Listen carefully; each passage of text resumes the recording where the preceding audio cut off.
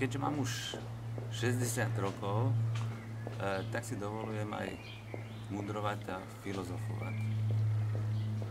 Kedysi, je to teda presne dneska je tých 60, stareček Weiser vypráviali večer, že to 11. júna 1951, že hej, stálo to za to, keď sa ten první vňuk narodil. Takže už toho mám aj ja na chrbce tých pár krížikov a proto si dovolím aj mudrovať a kvázi filozofovať. Keď som došiel prvýkrát do roboty, tak sem byl ucho, sem byl najmladší a táto pozícia mi tam trvala možno 2-3 roky a tak sa aj na mňa všetci kúkali. Dneska som z celého manšaftu najstarší a môžem rozkazovať, môžem zakazovať. No, je to niekedy ťažké. Co som sa od toho mojho starého naučil, tak bylo, že on vždycky každú situáciu riešil slovíčkom ne. S tým sa z každej činnosti, z každého aktu stal podpultový tovar. Keď som už ja mohol rozkazovať, tak ja som toto zmenil na slovíčko áno a tým pádom to, co robím, je menej cenné, ale myslím, že tá filozofia je pro každého akceptovateľnejšia a dá sa tak lepšie na tom oddelení žiť, dá sa na ňom lepšie takto existovať. Druhá vec, ktorú bych chcel vám, teda už zase ako filozof, povedať, že je potrebné reagovať trošku ináč, jak väčšina z nás reaguje. Totiž, keď si zeberieš každú činnosť, každý čin, každý akt, tak jeden tých 10% nemôžeš ovplyvniť. Tých 90% to je reakcia na danú činnosť. A keď si teda predstavím, že sa rozčúlim, že že ráno decko pri raňajkách vyleje na moju bijú košelu kávu alebo čaj a ja sa rozčúlim, tak decko začne vrešťať, žena sa rozplače, ja utekám sa prezleciť. Čiže decko, keď sa vrátim už prezlečený, ešte nezjedú raňajky, tak musíme ďalej čekať. Keď ho musím odvleciť do školky, tak zase je stresované, decko mi ani nepozdraví a uteká preč ode mňa. Potom dojdem do roboty, samozrejme, že o nejakú minútu neskôr už je ďalší stres. Celý deň sa stresujem a po obiede sa teším, že už mám toho plné zuby, takže dojdem doma. Doma ma zase čeká žena, ktorá je nasraná ešte od rána a decko, ktoré sa mnou nevyprávia. A všetko, keď si to tak zeberieme, tak je len proto, že ja som zmenil tých 90% mojich reakcií na jeden akt. Keby zareagoval nejak ináč hneď na začiatku, tak sa celá tá akcia celodenní mohla zmeniť na bežný deň. Ja si myslím, že už mám tých 60, že každý deň si treba vážiť. Čiže máme takú krásnu zelenú jar, už pomaly leto a furt je všetko zelené, tak čím som starší, tak si viac a viac vážim takých bežných denných činností toho stromu, tej trávy, tej kviecinky zelenej, lebo to, že si človek obdivoval kostel alebo parádny vysoký barák alebo moderné auto, tak to je, všetko je to pekné, je to umelecké dielo, počítače, fantázia, ale to, že hentá kvetinka, ktorá po ktorej šlapeme, je tak sfarbená, tak fantasticky postavená a tak žije, že sa nedá reprodukovať našima rukama. To si človek začína vážiť, až keď sa k tej 60-ke blíži. Takže, vážení, keď budete počúvať tento film, budete naň kúkať, keď nasleduje, tak sú to väčšinou také moje pracovno-filozofické úvahy z medicíny, z levárek, z toho, čo som robil. Bohužiaľ sú nahovorené spisovnou slovenčinou, lebo byli nafilmované režisérom Petrenkom pro potreby slovenskej televízie a tam sa v tých 90. rokoch muselo vypraviať spisovne. Čo je ešte závažnejšie, všetky tie príbehy sú modifikované tým, že vznikli v najťažším roku mojho života. Byli nafilmované v 99. roku a to odešla mama, odešiel tata, odešla teta a odešiel Kobo. Možno, že vtedy si človek uvedomil, že ten život ide bez toho, aby ho nejak mohol ovplyvniť. Nenávidím deň narcisov, aj keď teda všetci sa k nemu ináč správajú, a to z úplne prozaického dôvodu. V 98. byl na deň narcisov krásny, horúci slnečný deň. Pamätám si, jak sme išli po Špitálskej, vedľa mňa tata, vedľa mňa Marta a všetci sa smíli, auta išli, my sme išli smerom k Mandeláku a všetci sme byli posratí, lebo nám akurát po operácii Lesaj povedal, že mama odejde do půl roka. Takže týmto sú modifikované všetky moje úvahy, ktoré budete včil počúvať a vidieť.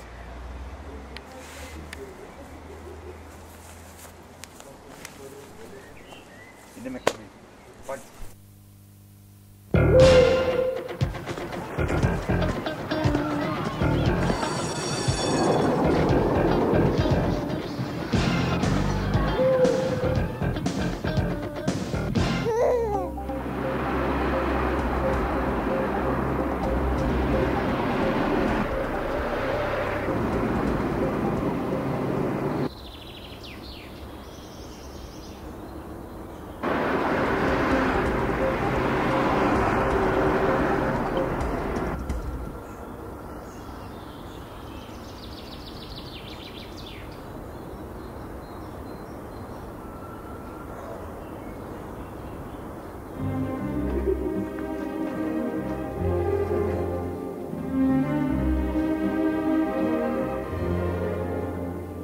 Väčšina pacientov, keď k nám príde na rehabilitáciu, tak má tendenciu obviňovať nejaký konkrétny stav, konkrétny dej, napríklad zápalku, že sa pre ňu zohli a pritom ich seklo, alebo že išli po schodoch a pritom dostali infarkt. Ale ono to nie je pravda. Tá zápalka za to nemôže, že vás sekne v krížoch, a ani tie schody za to nemôžu, že človek dostane infarkt.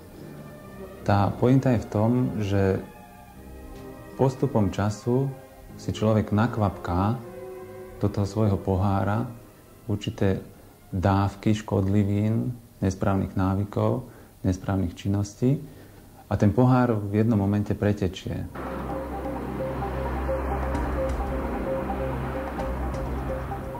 Keď sme sa kedysi v škole učili o stresovaní jeleňov, ktorých vypestovali na jednom uzavretom ostrove, tak som to bral ako takú školskú látku. A v podstate som si neuvedomil, že my sa stresujeme dnes každý deň. Stresujeme sa doma, stresujeme sa cestou do práce, stresujeme sa v práci a stresujeme sa aj potom. A ono to súvisí s tými kvapkami, čo som tu pred chvíľou spomínal. Ja som sa vždy v minulosti snažil dávať pacientom také odborné, čo najviac odborných vedomostí a prišiel som na to, že tí pacienti obyčajne na to zajtra zabudnú a potom sa podľa toho nedržia. Tak preto som si vymyslel pre nich takú skoro rozprávku o mamutoch. Hovorím tomu, že ako zabiť svojho mamuta. Obyčajne sa opýtam toho pacienta, že či v televízii alebo v nejakom časopise čítal, či videl tie krásne nástenné maľby z Francúzska, ktoré pochádzajú z doby kamenej, vraj ich kreslili Kromaňonci.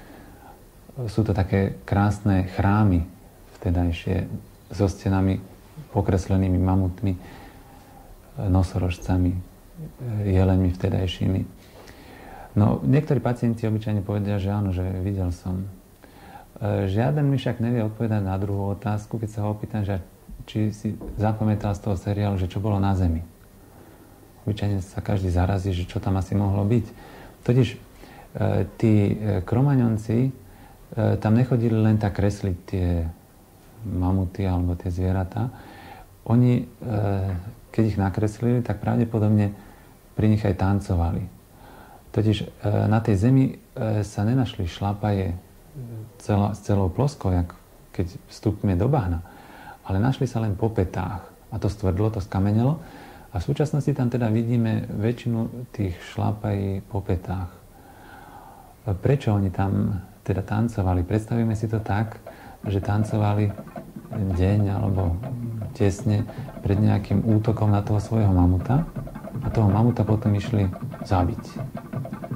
No a ja to teraz parodujem na súčasný stav, že my takisto tancujeme, síce nie v chrámoch, nie pred mamutmi, ale sme stresovaní od prvého momentu doma, keď musíme stávať pri nejakom budíku, sa ponáhľame, nestačíme raňajkovať, potom ideme električke, kde nám niekto stúpne na malíček, nemôžeme mu vynadať, lebo sú tu určité spoločenské bariéry, čiže sme stále stresovaní a my nezrealizujeme to zabitie svojho mamuta. Hovorím teda možno tak trošku drsne, ale nezrealizujeme to, čo zrealizovali tí naši predchodcovia v tej dobe kamenej. Teda oni tancovali, vyplavili si určité hormóny a potom ich zrealizovali.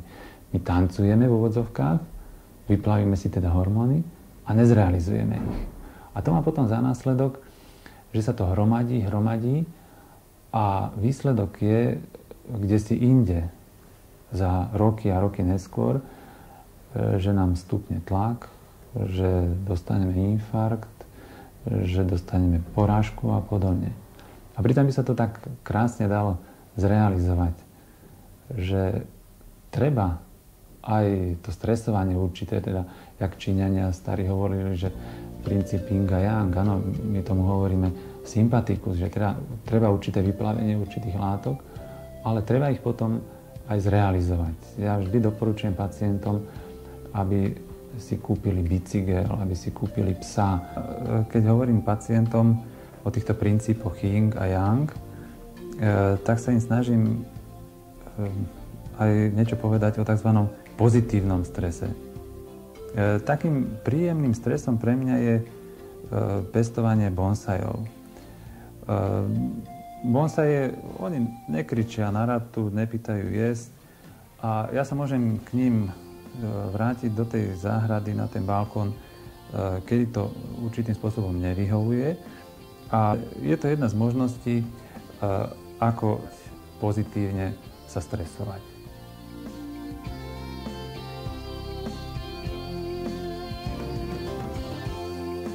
Pohybový aparát sa nepoškodzuje zo dňa na deň. On sa poškodzuje už v školských rokoch, predškolských rokoch, keď naši študenti, žiačikovia musia sedieť v pozore s rukami za chrbátom, musia ešte aj cez prestávky sa prechádzať v pozore a hryskať chlebíček a keď nie, tak dostanú poznámku. Okrem toho si potom kúpime auto, si kúpime električenku, aby sme len nemuseli chodiť peši, aby sme nemuseli ten pohybový aparát adekvátne zaťažovať. V rehabilitácii sa snažíme nielen bojovať proti priamej bolesti, dávaním nejakých obstrekov, liekov alebo fyzikálnych procedúr, masáží. To pacienti majú radi, ale to nerieši podstatu. My sa snažíme v rehabilitácii po zvládnutí tých akútnych ťažkostí pacienta ho preškoliť, prestávať na správny typ používania pohybového aparátu. Teda snažíme sa ho naučiť 10 minút denne cvičiť. Keď toto zvládne, snažíme sa ho naučiť, ako dvíhať, ako sedieť, napríklad to časté sedenie za počítačom alebo časté sedenie v aute má za následok preťaženie toho pohybového aparátu. Keď sa on naučí správne sedieť, tak nemôže dojsť k týmto ťažkým poruchám.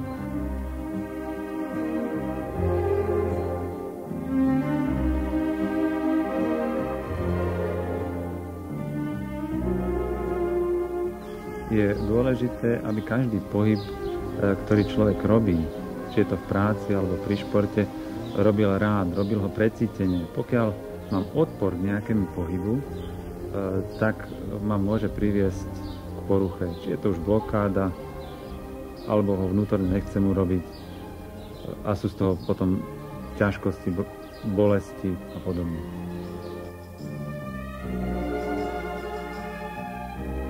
Ja mám vždy pri rozlúčke s tým pacientom tendenciu niečo povedať na záver. Ja mu vždy hovorím, že ja by som sa nerád s vami už druhýkrát stretol. Ten pacient sa obyčajne zarazí, prečo sa nechce so mnou stretnúť, že? A ja mu poviem, no dobre, keď stretnú, tak na druhej strane chodníka. A práve tieto stretnutia, keď pán pacient kričí z druhej strany chodníka, že fajn, mám sa dobre, alebo keď vleče dve nákupné tašky a nebolia ho kríže, nebolia ho svaly, nebolí ho krk, tak to sú také pekné stretnutia a rozlúčky s tými pacientami.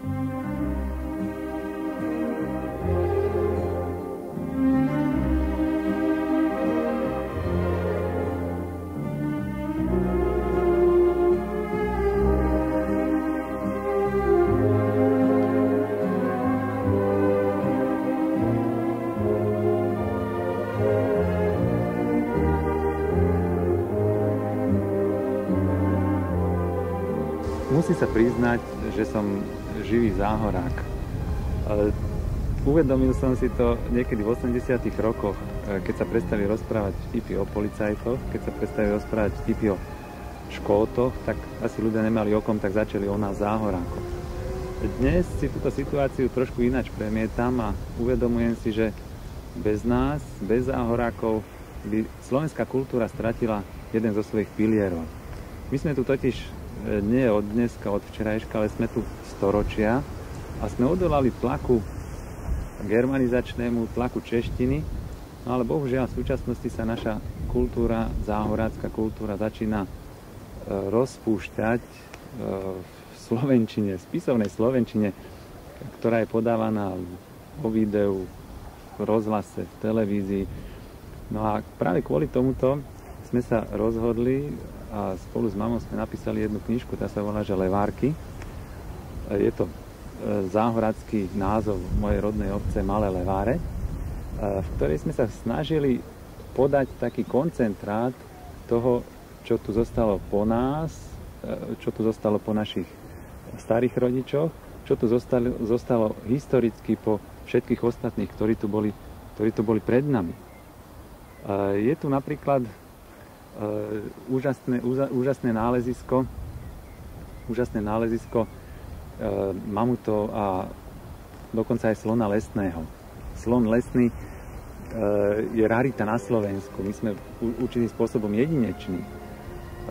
Sú nájdené 4 zuby na Slovensku, jeden v Gánovciach a 3 práve tu v tejto mojej rodnej obci. Dalo by sa hovoriť o viacerých veciach historických, od predhistórie cez tieto mamuty, cez vykopávky iné, až po tú súčasnosť. Takže toto je určitý taký pohľad na Záhorie. Tak ako sťahové vtáky sa každý rok sťahujú raz na sever, potom na juh a možno nevedia, že prečo to robia. Tak sa aj my záhoráci vraciame na svoje rodné miesta, tak sa rád aj ja vracam na svoje rodné miesto do Levárek, aby som sem načerpal nových síl v tom každodennom zmätku, starostiach, ktoré nás obklopujú. Toto je miesto proste, kde človek dochádza k svojim koreňom, kde sa prvýkrát potkol, kde sa prvýkrát naučil behať, kde sa prvýkrát naučil rozprávať. A možno, že je to tak s tými sťahovavými vtákmi, tak práve táto pupočná šnúra záhorácka nás ťahá sem.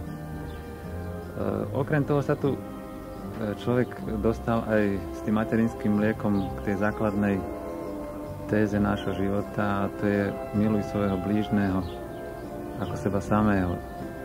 To je totiž tá šťava, ktorá nám pomáha prekonať problémy aj v práci, aj v rodinnom živote. V tej práci to sa snažím potom vštepiť aj svojim podriadeným, že je dobre, keď vedia odborné veci, ale pokiaľ sa nepostavia k tomu človeku ako k osobe, ktorá má okrem svojho tela aj dušu, a pokiaľ sa nesnažia milovať ako svojho blížneho, tak to nie je ono. Ten úspech sa nedá dosiahnuť.